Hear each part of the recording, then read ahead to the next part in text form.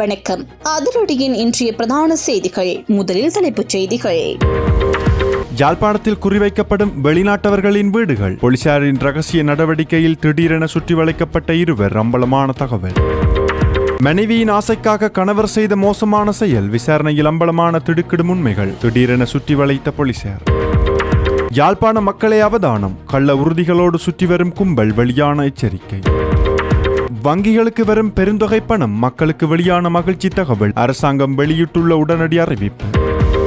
நீர்கொழும்பு சிறைச்சாலைக்குள் உண்மையாகவே நடந்தது இதுதான். பாதாள உலக புள்ளியால் ஏற்பட்ட விபரீதம். நீதிமன்றில் அம்பலப்படுத்தப்பட்ட பலரின் வாக்குமூலம். நடந்தது என்ன?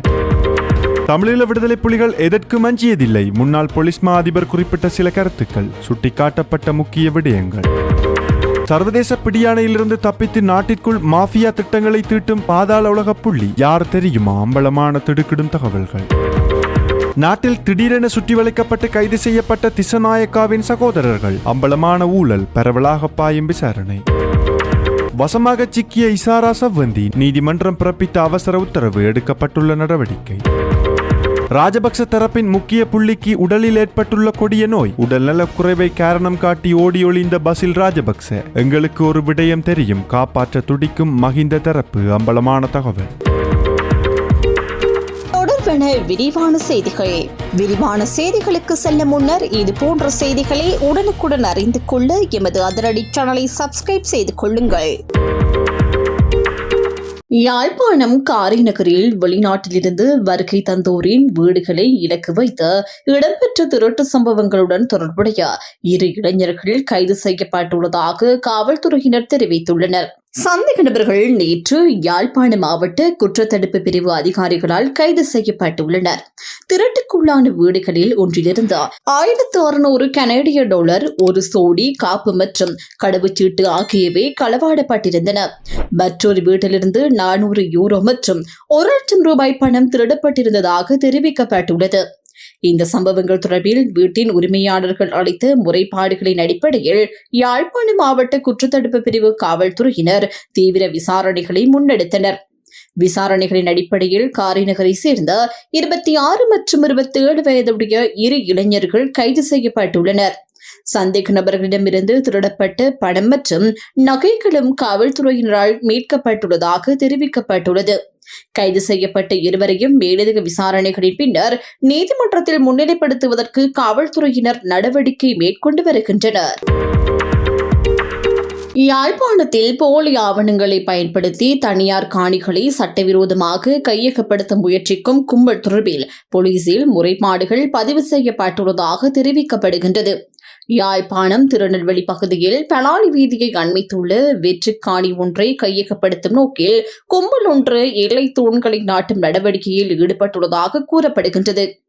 இதனை அறிந்து காணி உரிமையாளர் சம்பவ இடத்திற்கு சென்று தனது காணியில் தூண்கள் நாட்டப்படுவது தொடர்பில் கேள்வி எழுப்பியுள்ளார். இதன்போது குறித்த காணி தங்களுக்கு சொந்தமானது என கூறிய அந்த கும்பல், காணி உங்களுடையது என்றால் அதற்கான உறுதி ஆவணங்களை கொண்டு வந்து நிரூபிக்குமாறு மிரட்டும் வகையில் தெரிவித்ததாக கூறப்படுகின்றது.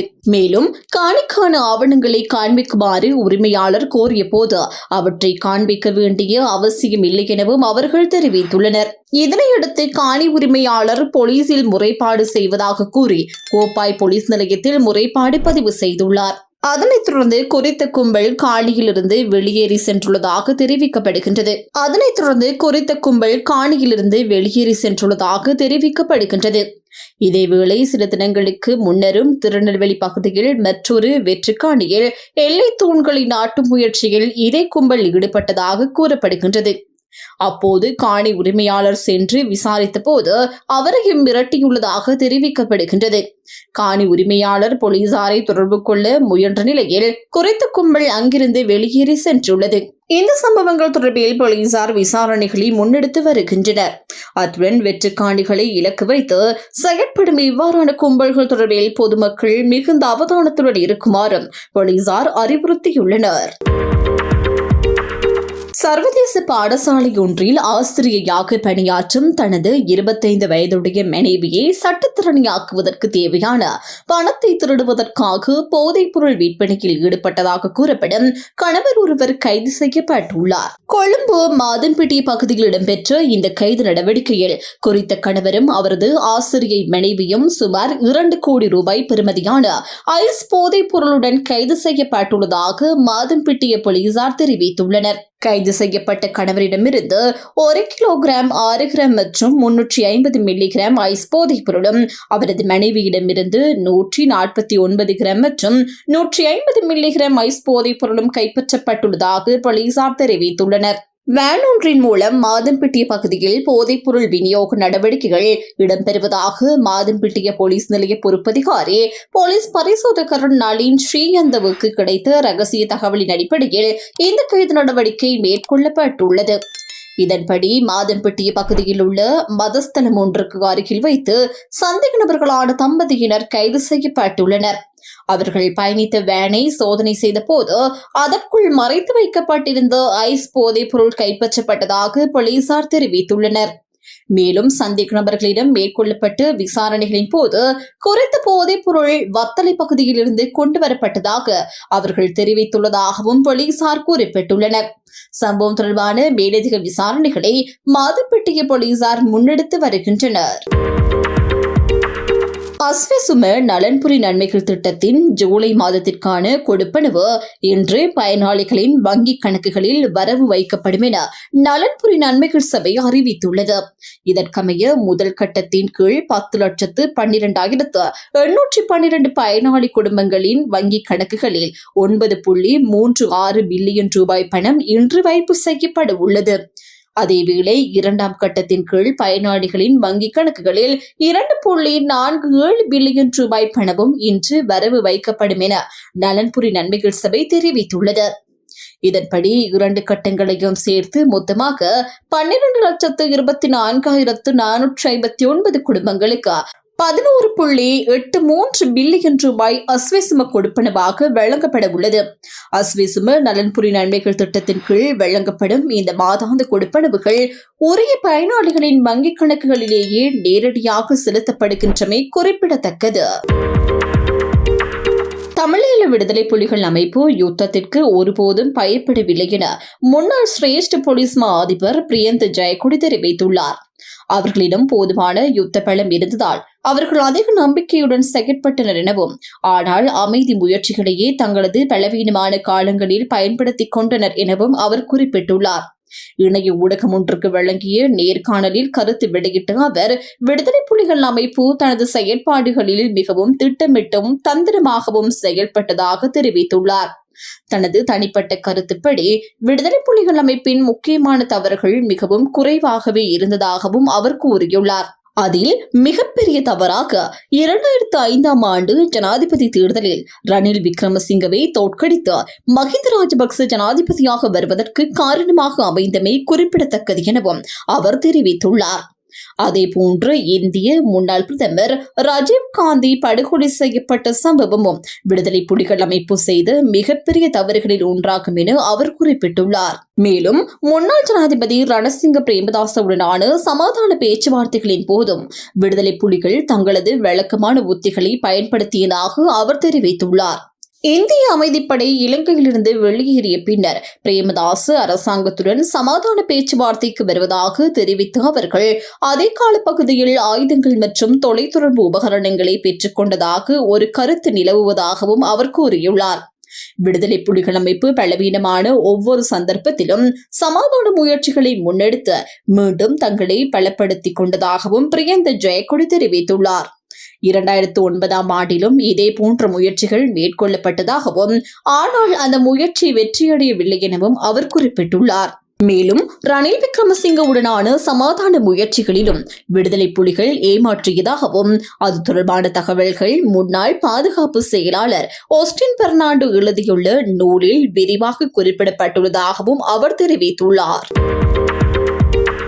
நாட்டின் பாதாள உலகின் மிகவும் ஆபத்தான குற்றவாளிகளில் ஒருவராக கருதப்படும் காஞ்சிபாணி இம்ரான் வெளிநாட்டில் பதுங்கியிருந்து இலங்கையில் பாதாள உலக நடவடிக்கைகளை வழிநடத்தி வருவதாக புலனாய்வு அமைப்புகள் தெரிவித்துள்ளன. எண்ணற்ற கொலைகள் மற்றும் பல்வேறு கடுமையான குற்றச் செயல்களுடன் தொடர்புடையவர் என கருதப்படும் அவர் சர்வதேச காவல்துறை கண்காணிப்பில் இருந்தும் தப்பிச் செயல்பட்டு வருவதாகவும் தெரிவிக்கப்பட்டுள்ளது. காஞ்சிபாணி இம்ரான் 2019 ஆண்டு துபாயில் கைது செய்யப்பட்டு இலங்கைக்கு நாடு கடத்தப்பட்ட பின்னர் பூசா உயர் பாதுகாப்பு சிறையில் தடுத்து வைக்கப்பட்டிருந்தார். பின்னர் 2021 ஆண்டு பிணையில் விடுவிக்கப்பட்ட அவர் அதன் பின்னர் நாட்டை விட்டு தப்பிச் சென்றதாக அதிகாரிகள் தெரிவித்துள்ளனர். அதன் பிறகு போலி கடவுச்சீட்டுகளை பயன்படுத்தி பல்வேறு நாடுகளுக்கு சென்று வந்ததுடன் இலங்கையில் இடம்பெற்ற பல கொலை சம்பவங்களின் பின்னணியில் முக்கிய சூத்திரதாரியாக செயற்பட்டு வருவதாக புலனாய்வு அமைப்புகள் சந்தேகம் வெளியிட்டுள்ளன. மேலும் அவர் உள்ளூர் பாதாள உலக குழுக்களுடன் மட்டுமின்றி சர்வதேச குற்ற கும்பல்கள் மற்றும் பயங்கரவாத அமைப்புகளுடனும் தொடர்புகளை ஏற்படுத்தியுள்ளதாகவும் தெரிவிக்கப்பட்டுள்ளது. நவீன தொழில்நுட்ப வசதிகள் மற்றும் சர்வதேச தொடர்புகளை பயன்படுத்தி இலங்கையில் போதைப்பொருள் கடத்தல் மற்றும் பாதாள உலக நடவடிக்கைகளை ஒருங்கிணைத்து வருவதால் அவர் தேசிய பாதுகாப்புக்கு கடுமையான அச்சுறுத்தலாக இருப்பதாக பாதுகாப்பு தரப்புகள் தெரிவித்துள்ளன. அவரை கைது செய்வதற்காக இலங்கை காவல்துறை 2024 ஆண்டு ஆகஸ்ட் 2 சர்வதேச இன்டர்போல் ஊடக சிவப்பு அறிவிப்பை வெளியிட்டுள்ளது. எனினும் அவர் தொடர்ந்து தனது இருப்பிடத்தை மாற்றிக்கொண்டே இருப்பதுடன் பாதுகாப்பு அமைப்புகளின் கண்காணிப்பில் இருந்தும் தப்பித்து வருவதாக அதிகாரிகள் தெரிவித்துள்ளனர். காஞ்சிபாணி இம்ரானின் இருப்பிடம், நடமாட்டம் அல்லது சர்வதேச தொடர்புகள் குறித்து தகவல் அறிந்தவர்கள் சர்வதேச காவல் பிரிவு அல்லது குற்றப்புலனாய்வு துறையின் சர்வதேச ஒருங்கிணைப்பு பிரிவுக்கு உடனடியாக தகவல் வழங்குமாறு அதிகாரிகள் பொதுமக்களிடம் கோரிக்கை விடுத்துள்ளனர். கொழும்பு பிரதான நீதவான் நீதிமன்றத்தில் குற்றவாளி கூண்டில் நிறுத்தப்பட்டிருந்த நிலையில் சுட்டுக் கொல்லப்பட்ட கணேமுல சஞ்சீவ கொலை வழக்கின் பிரதான சந்தேக நபரான இஷாரா சிப்பந்திக்கு மேலும் 30 நாள் தடுப்பு காவல் உத்தரவு பெறப்பட்டுள்ளதாக கொழும்பு குற்றப்பிரிவு நீதிமன்றத்தில் தெரிவித்துள்ளது. இது தொடர்பான தகவலை கொழும்பு பிரதான நீதவான் நீதிமன்றத்திற்கு அறிவிக்கும் நடவடிக்கைகள் நேற்று மேற்கொள்ளப்பட்டன. குறித்த துப்பாக்கிச் சூட்டு சம்பவம் 2025 ஆண்டு பிப்ரவரி 19 கொழும்பு பிரதான நீதவான் நீதிமன்றத்தில் 5வது நீதிமன்ற அறையில் இடம்பெற்றது. தற்போது தடுப்பு காவலில் உள்ள இஷாரா சிப்பந்தியை எதிர்வரும் ஆகஸ்ட் 12 வரை தொடர்ந்து தடுப்பு காவலில் வைக்க அனுமதி வழங்கப்பட்டுள்ளதாக தெரிவிக்கப்பட்டுள்ளது. இது தொடர்பான தகவல்களை கொழும்பு குற்றப்பிரிவு அதிகாரிகள் கொழும்பு மேலதிக நீதவான் லஹிரோ சில்வாவிடம் சமர்ப்பித்துள்ளனர். இந்த கொலை சம்பவத்துடன் தொடர்புடையதாக கருதப்படும் தற்போது வெளிநாட்டில் இருப்பதாக சந்தேகிக்கப்படும் ஒழுங்கமைக்கப்பட்ட குற்றக்குழு உறுப்பினரான சுப்பும் தயரத்ன எனப்படும் கேனதியான மகேஷை கைது செய்வதற்காக இன்டர்போல் ஊடாக சர்வதேச பிடியாணை பெறுவதற்கான நடவடிக்கைகள் முன்னெடுக்கப்பட்டுள்ளதாகவும் நீதிமன்றத்தில் தெரிவிக்கப்பட்டுள்ளது.